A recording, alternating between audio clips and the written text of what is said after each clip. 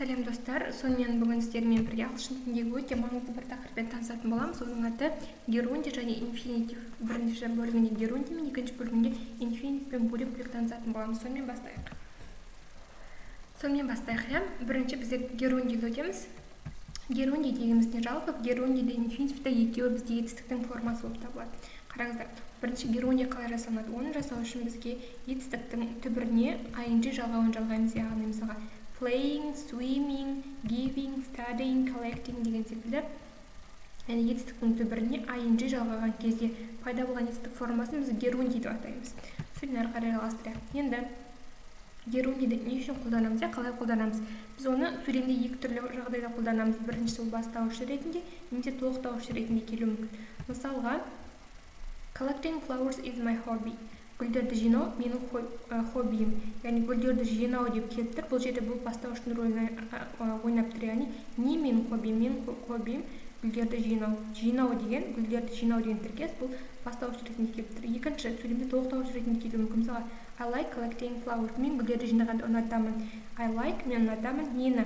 Гүлдерді жинағанды, яғни жинағанды деп бұл жерде бізде толықтауыштың қызметінде келіп тұр. Енді қарайық.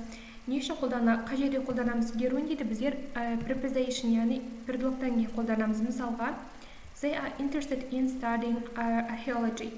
Яғни олар interested in қызығушылық білдіреді неге?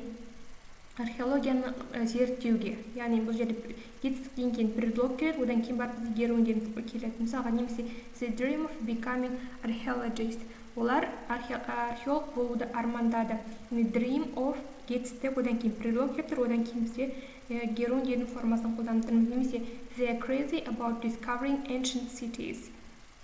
Олар ескі қалаларды ашуды өте жақсы көреді. Crazy, яғни өте қатты жақсы көреді деген сөз. Яғни бұл жетістіктен атесінен кейін about деген preposition, предлог, одан кейін ғана біз нені жақсы көреді, яғни соны айту үшін герундийді қолданып тұрмыз. Төртінші жағдай, they are tired of digging in the sand. Бұл жерде tired of деген предлогтан кейін біз герундийді қолданып тұрмыз. Яғни кейбір жағдайда герундий бізде предлогтан кейін келеді. Яғни олар құмды қазудан шаршады. Келесі, яғни біз мынандай тілеріңізден жазып алыңыздар.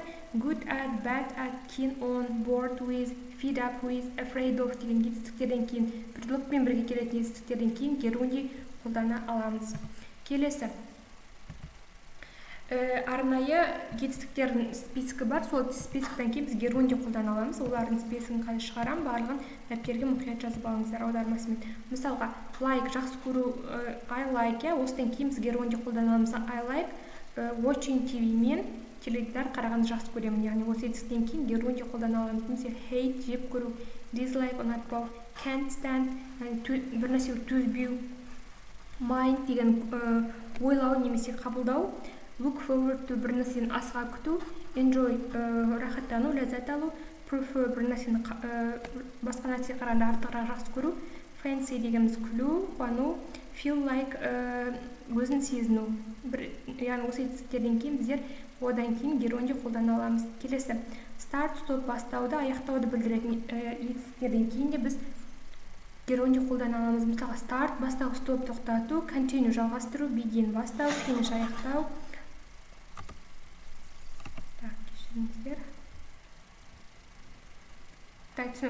Одан кейін үшінші remember, forget, avoid, can help деген төртістен кейін біздер герундий қолданамыз. Remember есте сақтау, forget ұмыту, avoid дегеніміз бас тарту, can help көмектесе алмау. I can help you doing your homework. Саған үй тапсырмасын жасауға көмектесе алмаймын. Немесе I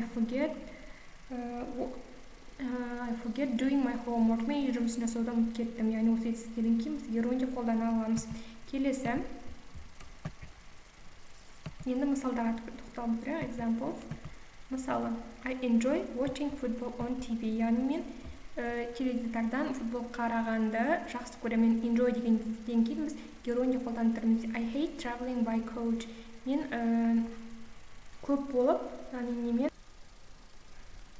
I hate traveling by coach. Мен автобуспен саяхаттағанды жек көремін. Яғни hate деген жетістіктен кейін біз герундий қолданып тұрмыз. Келесі, she started playing the guitar 2 years ago. Ол гитараны ойнауды бастады. Бастады деген жетістіктен кейін ойнауды герундий 2 жыл бұрын яғни start деген жетістіктен кейін герундий қолданып тұрмыз. Келесі мысал.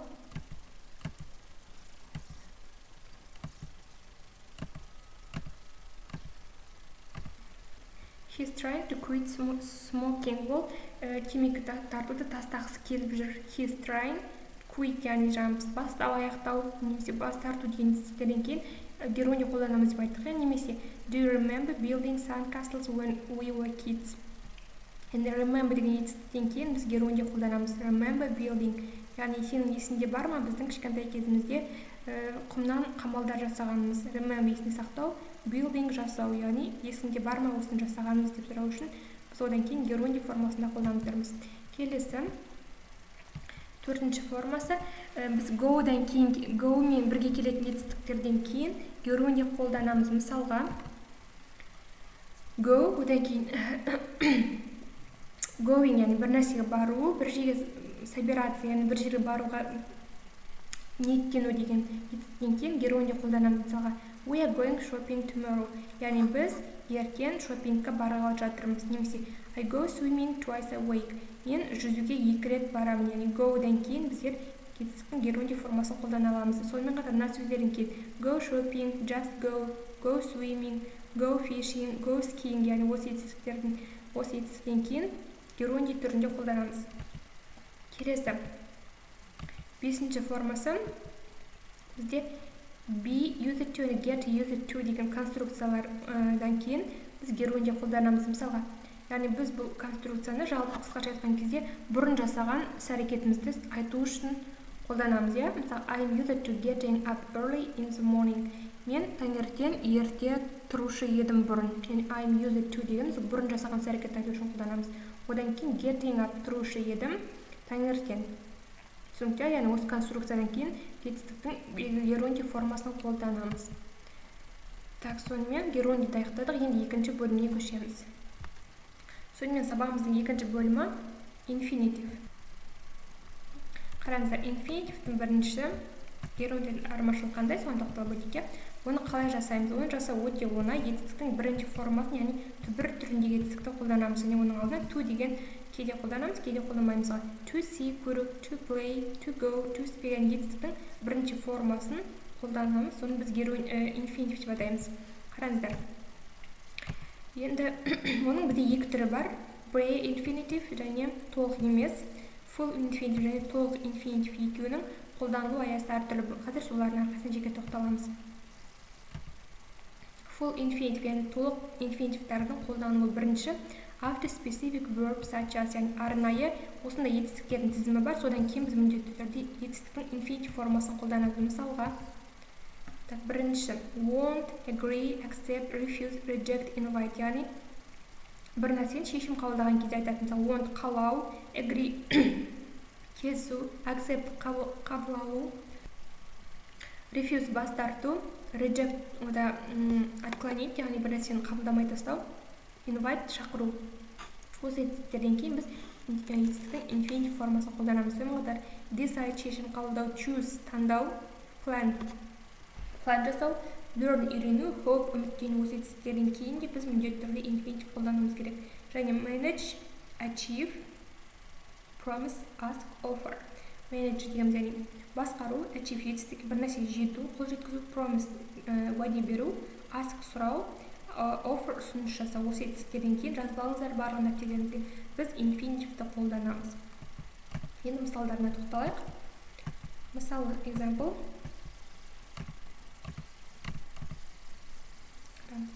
When I grow up, I want to become a musician. Мен өскен кезде музыкант болғым келеді. I want деген жетістіктерден кейін біз to become деген жетістіктің infinitive формасын қолданып тұрмыз. I want became емес, герундий емес, infinitive-ті қолданып тұрмыз. Келесі, he offered me a cold beer, but I refused to drink it. Ол мына жерде refuse бас тарту. Осы сөзден кейін біз infinitive формасын қолданып тұрмыз. To drink. I refused to drink it. Яғни мен оны ішуден бас тарттым. Келесі, he invited me to go for dinner, but I didn't have the time. He invited шақыру деген жетістіктерден кейін бізде to go, яғни infinitive форманы қолданып тұрмыз. Мына жерде me деген мені деген сөз. Ол мені кешкі асқа шақырды, бірақ мен менің уақытым болмады. Яғни осы жетістіктерден кейін біз инфинитивті қолданамыз. Келесі тағы да мысалдарға тоқталып өтейік. It was raining heavily, so he'd offered to drive me home. Өте қатты жаңбыр жауып тұрғандықтан ол мені үйге дейін апарып соға ұсыныс жасады. Offer деген жетістіктен кейін біз инфинитив формасы қолданып тұрмыз жетістіктің. Яғни ол мені үйге жеткізіп тастауға, апарып тастауға ұсыныс жасады. Келесі. When they finished high school, they planned to go to university. Олар мектепті бітіргеннен кейін, жоғарғы сыныпта олар университетке баруды жоспарлап жатыр. Яғни plan деген үйттерден кейін біз infinitive формасын қолданып тұрмыз. To go, бару деген сөз. After walking for many hours, they managed to get to the top of the mountain. Бірнеше көп уақыт бойы жүргеннен кейін олар manage етті бір нәрсеге қол жеткізді. To get to the top of the mountain. Таудың төбесіне шығуға қол жеткізді. Яғни manage деген сөзден кейін біз етістің to get яғни infinitive формасын қолданып тұрмыз. Келесі infinitive қолданылатын кездер ол яғни мына конструкцияда, яғни бірінші it is деп басталу керек, одан кейін adjective сын есім келу керек, одан кейін біз infinitive қоя аламыз. Мысалға, it is nice, бұл өте жақсы, it is hard, бұл өте қиын, it's difficult, бұл да өте қиын деген сөз, it's easy, бұл оңай. Осы конструкциядан кейін біз to мен infinitive қолданамыз. Мысалға, it is nice to see you again, it was hard to say goodbye after the holidays. It is nice конструкциясы келіп тұр, одан кейін infinitive қойып тұрмыз. Яғни сені қайта көргенім жақсы болды. It was hard, бұл қиын болды. I to say goodbye, сау бол деп айту демалыстан кейін маған қиын болды. Яғни осы конструкциядан кейін біз міндетті түрде жетістіктің infinitive формасын қолданамыз. Келесі үшінші жағдай ол бұл да арнайы конструкция. Мысалы қараңыздар, I am, немесе бұл жерде he is, she is, to be жетістік болуы мүмкін. Одан кейін сын есім, одан кейін тағы да біз инфинитивтің жетістіктің infinitive формасын қолданамыз. Мысалға, I am sorry, мен өкінеме, I'm sorry to, неге өкінесіз? I'm sorry to be late, кешіккенім өкінемін деген секілді. Яғни осы конструкциядан кейін біз инфинитивті қолданамыз. Немесе I'm surprised to, мен бір нәрсеге таңғалып тұрмын. I'm pleased to, маған бір нәрсе ұнап тұр.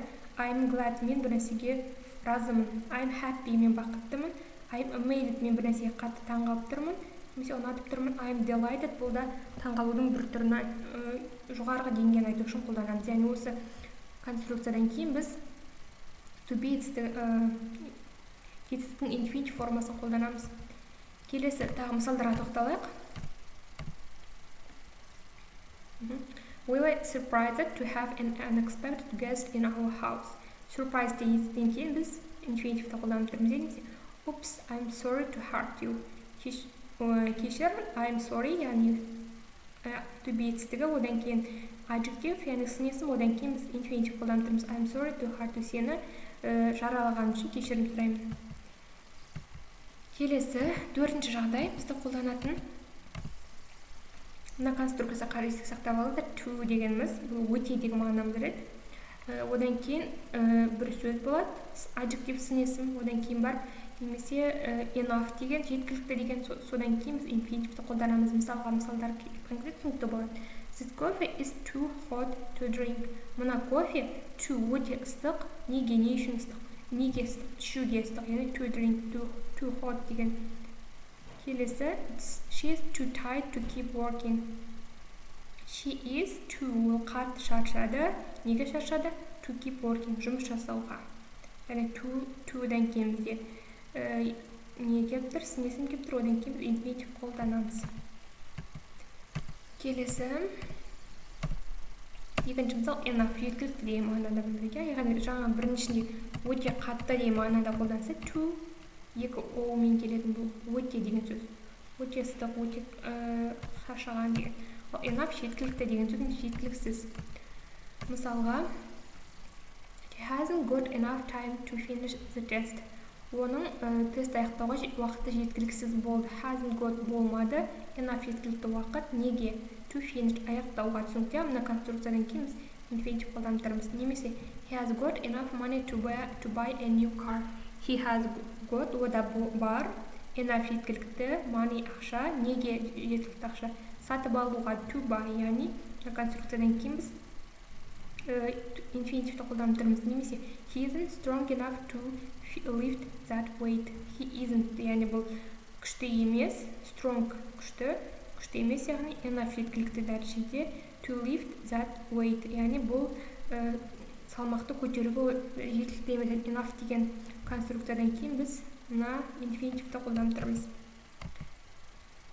Енді қараңыздар, бұның барлық full infinitive, яғни толыққанды инфинитивтар туралы айтып өттік. Енді біз жартылай инфинитивтарға көшейік. Оларды біз модаль кетістіктерден кейін қолданамыз, және олардың алдында to деген предлогты қолданбаймыз. Мысалға, қандай модаль кетістіктер бар? Can, must, should деген секілді модаль кетістіктерден кейін инфинитивтер қолданған кезде біз оның алдында to деген предлогты қоймаймыз. Мысалы, he can speak Spanish.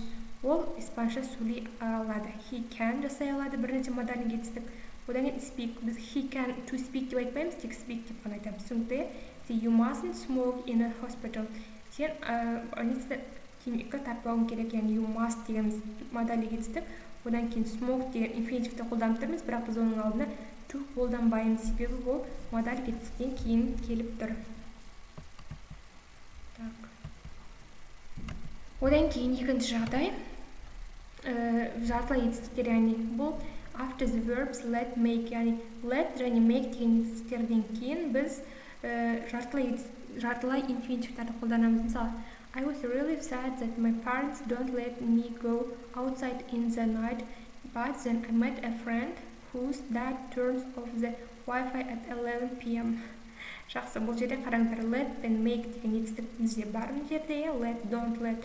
Одан кейін go деген етістік тұр, бірақ біз оның алдында to қолданбаймыз, себебі let-тан кейін to қолданылмайды. I'll always love you, you can make smile. Яғни you can make-тан кейін to make smile деп қолданбаймыз. Яғни осы етістіктерді табылыңдар. Одан кейін infinitive қолданған кезде біз оның алдында to қоймаймыз. Сонымен бүгінгі біздің сабағымыз аяқталды. Барлығы түсінікті болды деп үміттенемін. Сау болыңыздар.